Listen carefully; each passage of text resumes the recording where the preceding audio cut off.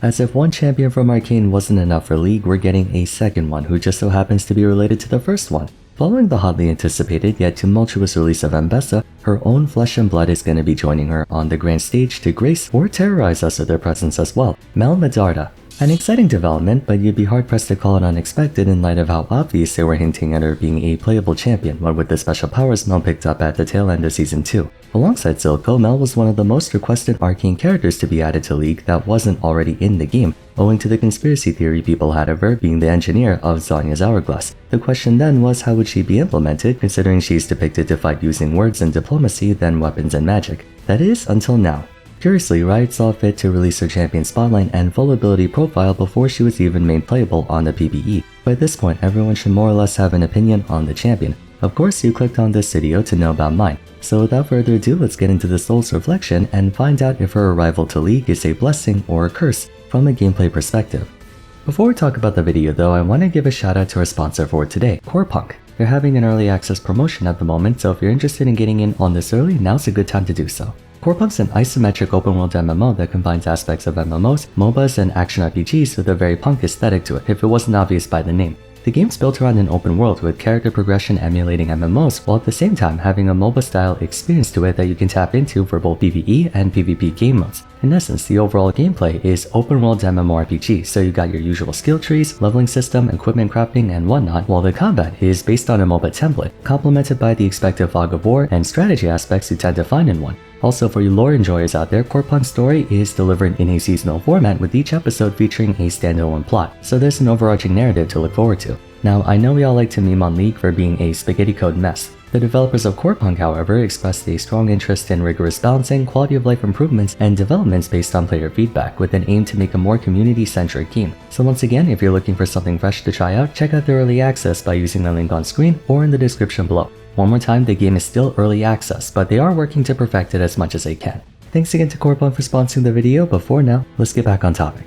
Judging by a brief stint in combat towards the tail end of Arcane, we know for certainty that she would be a mage of some sort, with the ability to channel light energy into solid matter. Furthermore, given her role during the 2v1 between herself and Caitlyn against Ambessa, Mel was seen assisting others more than actually taking the front charge. From this, to no one's surprise, Mel's going to be entering the game with a focus on mid lane and support, the two roles meant for mages of this criteria. Despite a simple premise, it's actually one that hasn't been explored all that much. From a light magic perspective, we have Lux, who's a backline artillery mage, and Leona, who harnesses the power of the sun, but the extent of what solid light can do has clearly not been developed as much as it could be, a role Mel intends to fulfill. However, what is an oversaturated category is a mage support role, comprised of many cast members who cover different functions, which can make it difficult for Mel to stand out without some novel gimmick that pushes the constraints of the game for better or worse. That would be my primary concern with the champion, and you can find that immediately in her first ability. Mel's Searing Brilliance has two components, one of which being a fairly boilerplate passive to see on a support or mage. Using abilities causes her next basic attack to deal bonus damage. The more abilities you use before attacking, the more damage you do. This should sound familiar to you, as it's almost identical to Seraphine's Harmony portion of her stage presence, an easy way for a mage to apply supplementary damage on her abilities that can be utilized by both a mid laner and a support. The real point of interest though is the other part of her passive. Damaging enemies affects them with an infinitely stacking debuff that deals predetermined magic damage onto the target enemy. Every subsequent basic attack and or ability cast on them will apply an additional stack. If the target's health falls to a point where that stored damage is adequate enough to lower their health to 0 after calculating mitigation from magic resist or other factors, Mel's next stack will cause said predetermined damage to explode on the enemy, effectively serving as an execute. By this point, executes are becoming more and more prevalent, so it's not like we're shocked to see something like this. But it does beg the question whether or not it's necessary to even implement such a thing. Fortunately, being magic damage, magic resist can alleviate the threat of Mel's execute by a substantial amount. Plus, it's a flat damage threshold compared to Elder Dragon, Smolder, or Garen who guarantee death regardless of how much health you have. Her execute will be far less bothersome against bruisers, tanks, or teams who can temporarily increase your survivability through methods like healing and shielding. Further in her defense, unlike Smolder's execute where he can kill someone without even trying to, Mel has to apply one more stack onto the target before it actually executes them. It doesn't explode immediately upon dropping below threshold. Therefore, apart from one ability in her kit, keeping Mel away from her target of interest is also a way to prevent her from nuking someone on your team. On one hand, I feel like the word execute opens up the potential for balancing problems in the future, seeing as they've had to continuously alter Smolder's execution to not be an instant win button in the late game. On the other hand, because it's flat magic damage and also isn't an auto-execute, this could very easily go in the other direction, where Mel's execute is so negligible that in most situations it would be far more convenient for her to just have the extra power budget funneled into more productive aspects of her kit. People will take a look at her passive and freak out about the word execute, and they're not necessarily wrong for doing so. One look at this and I feel like it's either going to be too impactful or not impactful at all.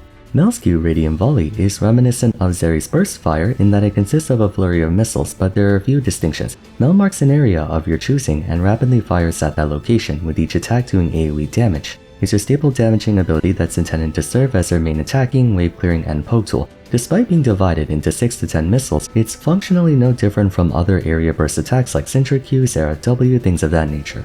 The reason her Q was designed to fire multiple shots is to rack up stacks of her passive, which individually deals only a very small amount of extra damage, like 5 per stack essentially. So in exchange for not dealing all hits of damage up front, if you don't leave the circle fast enough, it can quickly ramp up your execute threshold. By and large, her most innocuous ability though, I don't think anyone has any complaints about this one. If only the same thing can be said for her W, Rebuttal. For 1 second, Mel becomes invincible to all damage, and during that time, enemy projectiles are absorbed and then reflected back in the direction they came from, with their properties and effects intact. This is exactly as broken as everyone has been making it out to be over the past 2 weeks. For starters, when I saw the ability reveal, I didn't even know it made her invincible. I just assumed it was Yasuo or Samira W, only instead of destroying projectiles, it reflected them. I only found out like a few hours ago that it's also 1 second of total invincibility, the same invincibility you find on Kael's ultimate. Let's dissect that part of her kit first. Compared to most other forms of invulnerability, which usually have a caveat behind it, Mel's invincibility is unconditional, and she even gains a quick boost of speed to accompany it. Without question, Rebuttal takes the crown of the strongest damage immunity spell in the game. Like I said, there's a catch to every other invulnerability. Fiora can negate all hostile effects including crowd control and debuffs, but it comes at the expense of her being rooted in place for roughly a second. Pantheon can block all damage and move while doing it, but it's only in one direction. Anyone who can dash behind him or attack from the side will be fine. As well, Pantheon cannot use any other ability while using Aegis Assault. Tarek's ultimate is one of the most powerful abilities in the game, but it comes with a 2.5 second activation time, at which point the person you're trying to save could already be dead. Mel's Rebuttal has no cast time, activating instantly. It's unconditional damage immunity for a second, and she's also free to cast her abilities during this time. One more thing, at rank 5 it has no mana cost. Just that alone would make her W an extremely matchup influencing ability. Burst-oriented champions like Assassins, Divers, and other burst mages can exhaust their entire combo on Mel and have it completely negated at the press of a button. But if that weren't enough, it also comes with a 360 reflect. Any and all hostile projectiles are sent back in the direction they came from with their damage and properties maintained. If Morgana throws a Q onto Mel, it goes right back towards her. Even ultimates can be reflected back. If Urgot targets Mel with Veer Beyond Death, she can send it right back to him.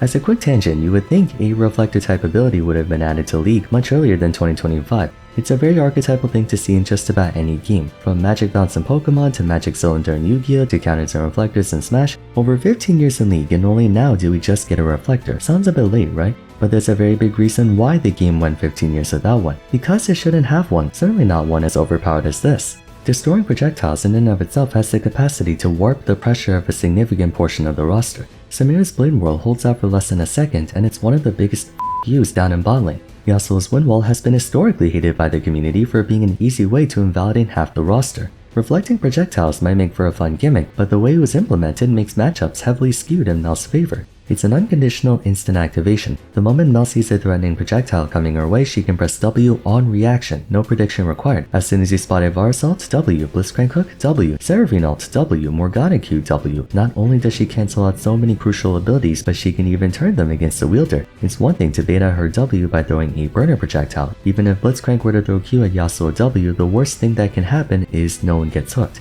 But with Mel, the enemy team can't just mindlessly throw projectiles on the basis of literally killing themselves if they do. If Blitzcrank throws a hook at Mel and it gets reflected, suddenly he's the one caught out. Oftentimes you hear in League it's not the ability itself that applies the most pressure, rather the threat of the ability. It's not necessarily Fiddlesticks salting all 5 champions in your squad that makes your team scared, it's the potential to do so. Players are less likely to walk forward with that vision of Fiddle purely out of fear, no pun intended, of getting ulted, whether they do or don't actually get ulted. The same concept holds true for Mel. If the enemy team knows Mel's W is up, they're going to think twice about throwing anything in her direction. Mel's team can use that to their advantage. To be fair, there's an opportunity cost to pay. Having one of the longest base cooldowns in the entire game, the Mel player has to decide when is the best time to use it, whether to reflect projectiles or use the invulnerability to save yourself from light gate cardless ultimate.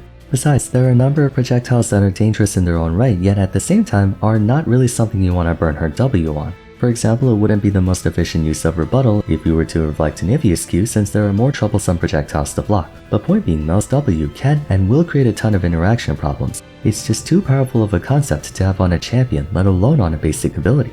Fortunately though, they did account for how broken it would be to reflect extremely high damaging attacks like say, Caitlyn's ultimate by drastically lowering the damage it deals at least until late game. Rebuttal won't be able to replicate the full strength of the enemy projectile until level 18 and with no less than 600 ability power. Even so, I'm sure many of us are greatly concerned with the applications of this ability. I don't care that it has a 35-second cooldown at rank 1. Twisted Fate Gold card, Syndra E, Silas E, Vexalt, Ari Charm. She's gonna make so many matchups extremely polarizing.